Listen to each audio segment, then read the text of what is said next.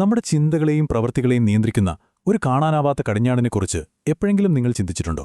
അതായത്, നമ്മളറിയാതെ നമ്മളെ ആരോ നിയന്ത്രിക്കുന്നതുപോലെ. വിശുദ്ധ ഖുർആനിലെ 15ാമത്തെ ജുസ് പിശാചിന്റെ ഈയൊരു തന്ത്രത്തെക്കുറിച്ചും അതിൽ നിന്ന് എങ്ങനെ നമുക്ക് രക്ഷപ്പെടാമെന്നതിനെക്കുറിച്ചും ഒരു ബ്ലൂപ്രിന്റ് തന്നെ തരുന്നുണ്ട്. വാ, നമുക്ക് ആ രഹസ്യങ്ങളിലേക്കൊന്ന് ഇറങ്ങിച്ചെല്ലാം. ഇവിടെ തന്നെ ഭയങ്കര ഇൻട്രസ്റ്റിംഗ് ആയൊരു കാര്യമുണ്ടല്ലേ? ഈ അദ്ധ്യായത്തിന്റെ പേരെന്താ? രാപ്രയാണം എന്നർത്ഥം വരുന്ന സൂറത്തുൽ ഇസ്രാ. പക്ഷേ ആ ഒരു അത്ഭുതയാത്രയെപ്പറ്റി പറയുന്നത് ഇതിലെ ആദ്യത്തെ ഒരൊറ്റ ആയത്തിൽ മാത്രമാണ്. ബാക്കി വരുന്ന 100-ലധികം ആയത്തുകളോ അത് വേറെ പല വിഷയങ്ങളെക്കുറിച്ചാണ് സംസാരിക്കുന്നത്. അപ്പോൾ എന്തായിരിക്കും ഇതിന് പിന്നിലുള്ളൊരു കാരണം? അതിനുള്ള ഉത്തരം ശരിക്കും വളരെ ആഴത്തിലുള്ള ഒന്നാണ്. പ്രവാചകന്റെ ആ യാത്ര നടന്ന അതേ മണ്ണിൽ ഈ ലോകത്തിന്റെ അവസാനം വരെ സത്യവും അസത്യവും തമ്മിൽ നടക്കാനിരിക്കുന്ന ഒരു വലിയ പോരാട്ടത്തിന്റെ ഒരു ചിത്രം കൂടിയാണ് ഈ അധ്യായം. ഇത് വെറുമൊരു ചരിത്രകഥയല്ല, മറിച്ച് നമ്മൾ ഓരോരുത്തരുടെയും ഉള്ളിൻ്റെ ഉള്ളിൽ നടക്കുന്ന ആ നന്മയും തിന്മയും തമ്മിലുള്ള പോരാട്ടത്തിന്റെ ഒരു നേർക്കാഴ്ച കൂടിയാണിത്.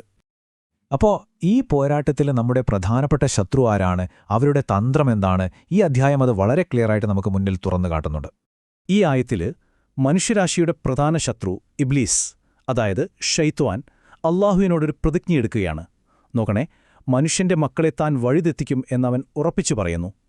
അതിനായി അവൻ ഉപയോഗിക്കുന്ന ഒരു അറബി വാക്കുണ്ട്. അതിന്റെ അർത്ഥം നമ്മൾ വിചാരിക്കുന്നതിനേക്കാൾ എത്രയോ ഭയാനകമാണ്. ആ വാക്കാണ് ല അഖ്തനീകന്ന. ഇതിന്റെ അർത്ഥം വെറുതെ എന്തെങ്കിലും ദുർബോധനം കൊടുക്കുക എന്നൊന്നുമല്ല. ഒരു മൃഗത്തിന് കടിഞ്ഞാണിട്ടിട്ട് അതിനെ നമ്മൾ പൂർണ്ണമായി കൺട്രോൾ ചെയ്യില്ലേ, അതുപോലെ മനുഷ്യരുടെ തലകളെ നിയന്ത്രിച്ച് അവരെ തനിക്ക് ഇഷ്ടമുള്ള വഴിക്ക് കൊണ്ടുപോകുമെന്നാണ് അവൻ പറയുന്നത്. കാരണം എന്താ?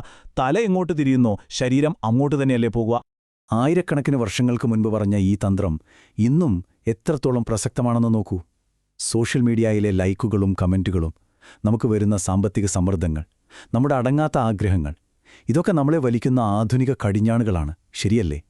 നമ്മൾ പോലും അറിയാതെ നമ്മുടെ തീരുമാനങ്ങളെയും നമ്മുടെ ലക്ഷ്യങ്ങളെയും അതൊക്കെയാണ് നിയന്ത്രിക്കുന്നത്.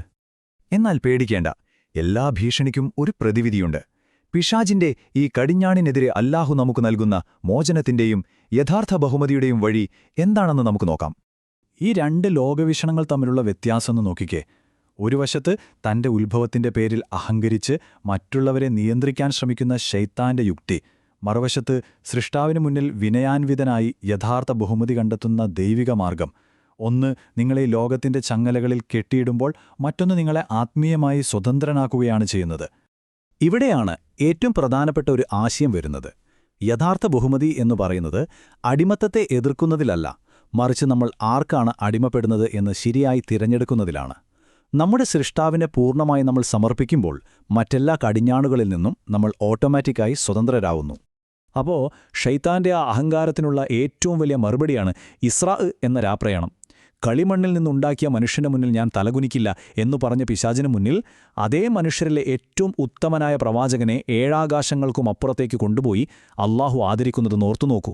മനുഷ്യന്റെ യഥാർത്ഥ സ്ഥാനം എത്രയോ വലുതാണെന്ന് ഇത് നമ്മളെ പഠിപ്പിക്കുകയാണ്. അതുകൊണ്ട് തന്നെ ഈ അധ്യായം നിങ്ങളുടെ മുന്നിൽ ഒരു ചോയ്സ് വയ്ക്കുകയാണ്. ഈ ലോകത്തിലെ താൽക്കാലികമായ അംഗീകാരങ്ങളും പ്രശംസകളുമാണോ നിങ്ങൾ തേടി നടക്കുന്നത്? അതോ പരലോകത്തിലെ ശാശ്വതമായ വിജയവും അള്ളാഹുവിന്റെ പ്രീതിയുമാണോ നിങ്ങളുടെ യഥാർത്ഥ ലക്ഷ്യം? ഈ തെരഞ്ഞെടുപ്പിൽ ശരിയായ വഴിയിൽ ഉറച്ചുനിൽക്കാനുള്ള താക്കോലാണ് ഇഖ്ലാസ്, അതായത് ഉദ്ദേശശുദ്ധി. നമ്മുടെ ഓരോ പ്രവൃത്തിയും മറ്റുള്ളവരുടെ പ്രശംസ നേടാനുള്ള ആ ഒരു കടിഞ്ഞാണിനാൽ നിയന്ത്രിക്കപ്പെടാതെ അള്ളാഹുവിന്റെ പ്രീതിക്ക് വേണ്ടി മാത്രമാകുമ്പോൾ ആ കർമ്മം സ്വീകരിക്കപ്പെടും. അതുതന്നെയാണ് യഥാർത്ഥ മോചനം. ശരി, ഇത്രയും തിയറി മതി. ഇനി ഇതെങ്ങനെ നമ്മുടെ ജീവിതത്തിൽ പ്രാവർത്തികമാക്കാമെന്ന് നോക്കാം, അല്ലേ?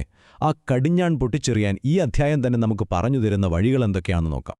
ഈ അധ്യായം വെറുതെ പ്രശ്നം ചൂണ്ടിക്കാണിക്കുക മാത്രമല്ല ചെയ്യുന്നത്, അതിനുള്ള പരിഹാരം കൂടി നമ്മുടെ കയ്യിലേക്ക് വെച്ചു തരുന്നുണ്ട്. മോചനത്തിലേക്കുള്ള ആ 3 പടികൾ ഇതാ. കടിഞ്ഞാണിൽ നിന്ന് മോചനം നേടാനുള്ള 3 ശക്തമായ വഴികളാണ് ഇവ. ഒന്നാമത്തേത്, ഖുർആനുമായി ഒരു ആഴത്തിലുള്ള ബന്ധം സ്ഥാപിക്കുക. ഖുർആൻ ഒരു രോഗശമനമാണെന്ന് ഈ സൂറത്തിൽ തന്നെ പലതവണ പറയുന്നുണ്ട്. രണ്ടാമത്തേത്, രാത്രിയുടെ നിശ്ശബ്ദതയിൽ എഴുന്നേറ്റ് നമസ്കരിക്കുക. നമ്മുടെ സുഖങ്ങളെയും ആഗ്രഹങ്ങളെയും ജയിക്കുന്നതിൻ്റെ ഒരു അടയാളമാണത്. മൂന്നാമതായി, അള്ളാഹുവിൻ്റെ ഏറ്റവും മനോഹരമായ നാമങ്ങളിലൂടെ അവനെ അടുത്തറിയുക, അവനോട് പ്രാർത്ഥിക്കുക. അപ്പോൾ ഈയൊരു വിശദീകരണം നമ്മൾ അവസാനിപ്പിക്കുന്നത് നിങ്ങളോടുള്ളൊരു ചോദ്യത്തോടെയാണ്.